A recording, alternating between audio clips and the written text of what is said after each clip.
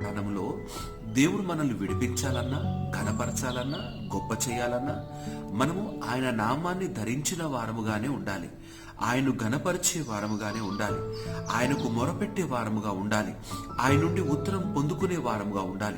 ఆయన నుండి సమాధానకరమైన మేళ్లను, ఆశీర్వాదాలను ఆయన నుండి పొందుకొని ముందుకు కొనసాగే వారముగా ఉండాలి.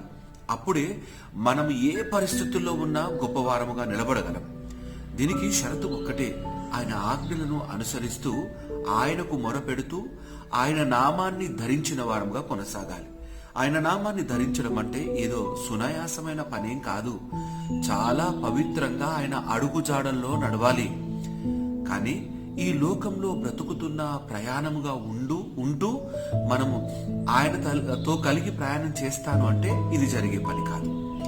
ఆయన ఆజ్ఞలను, ఆయన మాటలను, ఆయన వాక్కులోని ప్రతి